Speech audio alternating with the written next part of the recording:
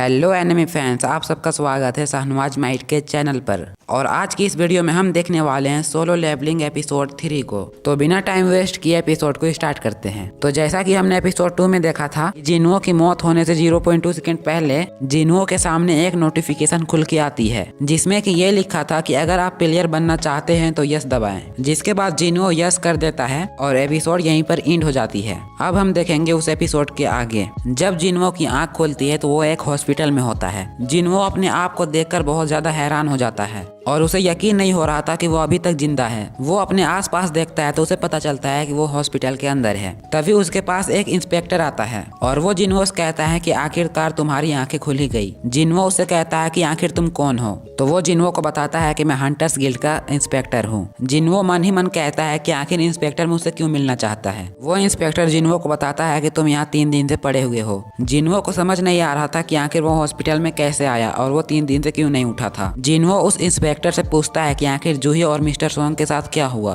क्या वो लोग अभी सेफ है? इंस्पेक्टर उसे बताता है कि हाँ, वो सब बिल्कुल ही सेफ है, लेकिन मिस्टर सोंग का एक आर्म कट गया। इस वजह से वो अब हंटर्स के तौर पर काम नहीं कर पाएगा और अब शायद वो रिटायर भी हो जाएगा। इंस्पेक्टर जिनुओ को बताता है कि जो जूही है उसका अभी तक ट्रीटमेंट चल ही रहा है और मुझे नहीं लगता कि वो अब हंटर्स के तौर पर यहाँ काम करेगी, क्योंकि वो बहुत ज्यादा डरी हुई है। वो इंस्पेक्टर उसे और हंटर्स के बारे में बताता उससे पहले ही जिनुओ उसे रोक देता है और कहता है कि मुझे बस यही दोनों के बारे में जानना था। इंस्पेक्टर उसे बताता है कि डबल लेयर डेंजन के अंदर सिर्फ 6 ही लोग बचे थे। हालांकि हंटर्स जब हंट के लिए जाते हैं तो उनके आसपास बहुत सारे खतरे रहते हैं, पर इस बार कुछ ज्यादा ही खून खराबा हुआ। इंस्पेक्टर जिनुओ को बताता है कि जब हम सब वहां पहुंचे तो वहां पर तुम्हारे अलावा कोई भी नहीं था। तुम ऑल्टर के बीच में पड़े हुए थे और तुम्हारे बहुत सारे खून निकल चुके थे। तुम्हारे आसपास वहां पर कुछ भी नहीं था, ना ही कोई स्टेचू और ना ही कोई और चीज। जिनुओ उस बात को सुनकर कहता है ऐसा कैसे हो सकता है? इंस्पेक्टर कहता है कि हमें भी इस बात पर यकीन नहीं हो रहा था, लेकिन हमने जब उनसे पूछा जो वहाँ से भागे थे तो वो सभी एक ही चीज बताते हैं कि वहाँ पर बहुत सारे स्टेचूज थे जो कि बहुत ज्यादा पावरफुल थे, और उन सब की बात सुनकर हमें भी इस चीज पर यकीन करना पड़ा। इंस्पेक्टर जिनुओ कहता है कि मुझे ऐसा लगता है कि तुम्हें डबल अवेकिन मिली है। जिनुओ अपने मन ही मन कहता है क्या डबल अवेकिन? इंस्पेक्टर उसे बताता है कि वुमेन्स को अवेकिन पावर रिसीव होती है तब उनके जो हंटर स्टेट है वो सेट हो जाते हैं, तब उन हंटर्स का बाद में जो पावर होता है वो अवेक हो जाता है पहली बार के बाद। कुछ केसेस में हमने ये देखा है कि सी रैंक के जो हंटर्स होते हैं वो डायरेक्टली ई रैंक पे चले जाते हैं और ई और बी पे जो हंटर्स है वो डायरेक्टली एस रैंक पे चले जाते हैं। तो फैक्ट तुम्हारे साथ भी ऐसा हो सकता है। जिसके बाद इंस्पेक्टर उसे एक चीज दिखाते हैं और बताते हैं कि ये एक मैजिक पावर डिटेक्टर है और यहाँ पर बस ये करना है कि ये जो मैजिक क्रिस्टल है इसके ऊपर तुम्हें बस अपना हाथ रखना है। जैसे ही तुम अपना हाथ इस पर रखोगे तो हमें तुम्हारा मैजिक पावर के बारे में पता चल जाएगा। इंस्पेक्टर अपने मन में सोचते हुए कहता है कि सच में अगर वहाँ पर कोई डेथ लेवल का मॉन्स्टर था और उसके बावजूद अगर वहाँ पर कोई सरवाइव कर गया तो वो एक नॉर्मल हंटर नहीं होगा। इंस्पेक्टर मन ही मन कहता है कि इस सिचुएशन को बस एस रैंक वाले ही सुलझा सकते हैं। जिसके बाद जिनुओ जो होता है वो उस डिटेक्टर के ऊपर अपना हाथ रखता है,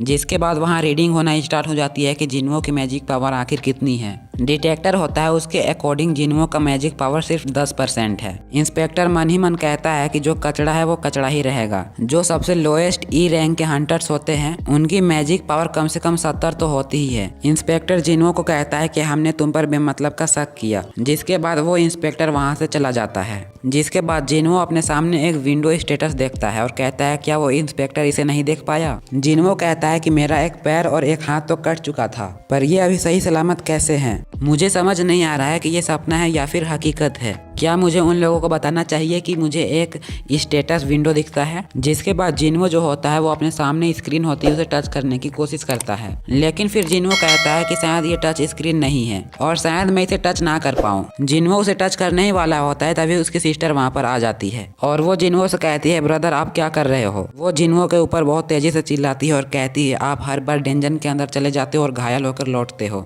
ये बात तो तुम्हें पता ही होगी कि हम सबको तुम्हारी कितनी चिंता है। जिनुओ अपनी बहन से सॉरी कहता है। जिनुओ की सिस्टर उसे कहती है डेंजन के अंदर जितने भी लोग जाते हैं वो सही सलामत वापस आ जाते हैं, लेकिन एक तुम ही हो जो हर बार घायल होकर ही लौटते हो। जिसके बाद जिनुओ की बहन कहती है तुम मेरी एक बात सुन लो, अगर तुम फिर से इंजर्ड होकर आए तो मैं जो पढ़ाई कर रही हूँ मैं उसे भी छोड़ दूंगी और घर चलाने के लिए काम करना शुरू कर दूंगी। जिनुओ अपनी बहन से पूछता है क्या तुम्हें यहाँ पर विंडो स्क्रीन दिखाई दे रही है? जिस पर उसकी बहन कहती है क्या तुम्हारे सर पर भी चोट लगी थी? मुझे यहाँ पर कोई भी स्क्रीन नहीं दिखाई दे रही है। जिसके बाद जिन्हो अपनी बहन से पूछता है अगर तुम्हें गेम के अंदर अनरीड मेल पढ़ना है तो तुम्हें क्या करना होगा। तो फिर उसकी बहन कहती है कि मैं यहाँ पर मेल बॉक्स को ओपन करूंगी। उसकी बात सुनकर जिन्हो अपने मेल बॉक्स को ओपन करता है। जैसे ही वो मेल बॉक्स को ओपन करता है तो उसे दिखाई देता है कि तुम्हें डेली मिशन रोज कंप्लीट करना होगा, जो कि है ताकतवर बनना। जिसके बाद जिन्हो की बहन वहां से चली जाती है। जिसके बाद स्क्रीन चेंज होती है और वहां पर लिखा होता है कि प्लेयर की ग्रोथ में सिस्टम जो है उसका हेल्प करेगा, और अगर वो सिस्टम के ऑर्डर को फॉलो करने में फेल हो जाता है तो उसको यहाँ पर ट्रायलिटी देनी होगी। जिसके बाद जिन्हो कहता है कि मुझे समझ नहीं आ रहा कि आखिर ये बोल क्या रही है।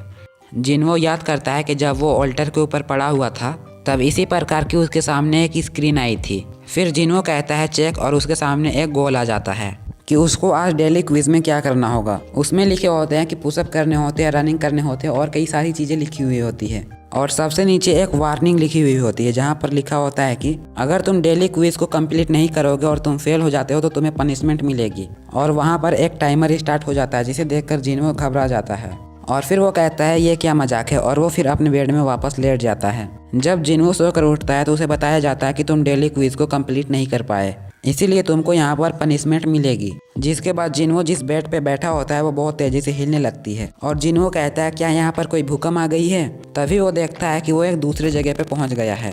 जिन्हो खुद से कहता है कि अभी मैं कहाँ पर आ गया हूँ और कैसे आया। वो अपने आसपास देखता है और कहता है क्या ये तो रेगिस्तान है। फिर वो खुद से कहता है ये एक ड्रीम होगी और मैं अभी भी सोया हुआ हूँ। तभी उसे पीछे से कुछ आवाज आती है और वो पीछे मुड़कर देखता है तो वहाँ एक बहुत बड़ा मॉन्स्टर होता है। जिन्हो फटाक से अपना स्क्रीन ऑन करता है और उस स्क्रीन पे लिखा होता है कि जो प्लेयर है उसे यहाँ पर सरवाइव करना होगा, और उस स्क्रीन पे एक टाइमर भी खुद ब खुद लग जाती है। जिन्हो को इस रेगिस्तान पे 4 घंटे तक सरवाइव करना होगा। जिन्हो की तो पहले से हालत खराब थी उस मॉन्स्टर को देखने के बाद, और वो कहता है कि मैं 4 घंटे यहाँ पर कैसे रह पाऊंगा। तभी जिन्हो के पीछे वो मॉन्स्टर पड़ जाता है और उसे बचने के लिए जिन्हो वहाँ से भागने लगता है। जिन्हो काफी देर तक उस मॉन्स्टर से बचने के लिए भागते रहता है और फाइनली उसके टाइमर खत्म होने में सिर्फ 7 सेकंड बचे थे। तभी वो मॉन्स्टर होता है जो उसके ऊपर अटैक करने वाला होता है, लेकिन तभी जिन्हो का टाइम कंप्लीट हो जाता है और वो फिर सीधा हॉस्पिटल पे पहुंच जाता है और फिर उसे स्क्रीन में बताया जाता है कि उसका मिशन कंप्लीट हो चुका है। फिर तभी वहाँ पर नर्स आती है और वो हेल्प के लिए किसी को बुलाती है। फिर हम अगले दिन का सीन देखते हैं जहाँ पर 2 नर्सें और आपस में बात कर रहे थे। उनमें से जो एक नर्स होती है वो कहती है क्या तुम उस पेशेंट को जानते हो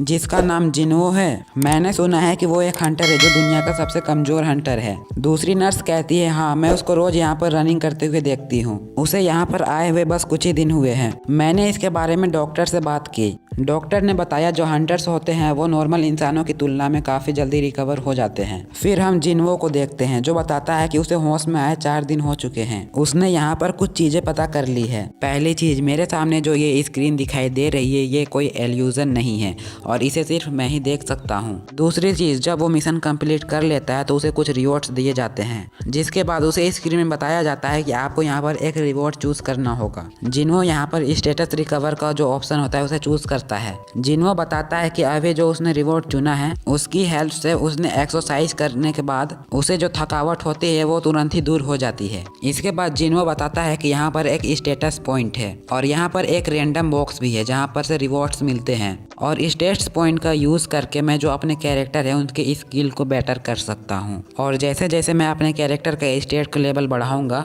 वैसे ही मैं बहुत ज्यादा पावरफुल होते जाऊंगा। ये एक तरह से वीडियो गेम की तरह है। इसके अगले दिन हम जिन्हो को देखते हैं जो कि हॉस्पिटल के रिसेप्शन के पास जाता है। जिन्हो रेवरेशन को बताता है कि आज उसे बाहर जाना है, तो वो फिर उसे बाहर जाने के लिए अलाउ कर देती है। अगले सीन पे हम जिन्हो को देखते हैं जो कि स्टेशन पे आया हुआ था और अपने साथ वो एक की लाया हुआ होता है। वो इस स्टेशन पे इसलिए आया हुआ था क्योंकि उसे पता चलता है कि ये जो एक की है इसका इस्तेमाल करके वो एक स्टैंड इंजन खोल सकता है। लेकिन वो यहाँ पर चेक करने के लिए आया था क्या ये की सच में यहाँ पर काम करती है। ये की जिन्हो को रिवॉर्ड के तौर पर मिली थी जब उसने डेली मिशन को कंप्लीट कर ली थी तब, और अपने आप से कहता है दुनिया में जो सबसे कमजोर हंटर है उसे एक डबल अक्वेन मिली है। अगर वो ये बात सुनेंगे तो वो मेरे ऊपर बहुत ज्यादा हंसेंगे। फिर जिन्हो कहता है कि अगर डेंजन के अंदर कोई भी खतरा होगा तो अपनी स्पीड पावर से वहां से तुरंत ही भाग जाएगा। जाएगा। जिसके बाद जिन्वो जो होता है वो इस डेंजन के अंदर चला जाता है और जैसे ही वो इस डेंजन के अंदर चला जाता है तो वो जिस रास्ते से अंदर आया था वो तुरंत ही ब्लॉक हो जाती है और इस चीज को देखने के बाद उसकी हालत खराब हो जाती है और खुद से कहता है कि ये क्या बकवास चल रही है और कहता है कि अगर यहाँ पर कोई खतरा होगा तो मैं भागूंगा कैसे, ये रास्ता तो ब्लॉक हो चुका है। विंडो स्टेटस से जिन्वो को पता चलता है कि यहाँ से बाहर जाने का सिर्फ 2 ही रास्ता है, या तो वो डेंजन बॉस को किल करे या तो वो रेडन क्रिस्टल को यूज करे। और जैसा कि उसके पास रेडन क्रिस्टल ना हो तो उसे अब बॉस को किल करना होगा। जिन्वो अपने मन में सोचते हुए कहता है कि अभी कुछ दिनों पहले की तो बात है, मैं एक E रैंक मॉन्स्टर से भी फाइट करने में हार गया था और आज मेरे को इतने बड़े डंजन के अंदर बॉस को किल करना है। और इसके साथ एपिसोड 3 एंड हो जाती है। एपिसोड 4 बहुत जल्दी आने वाली है, तो चैनल को सब्सक्राइब करके वीडियो को लाइक कर लेना और हाँ, बेल नोटिफिकेशन को भी ऑन कर लेना।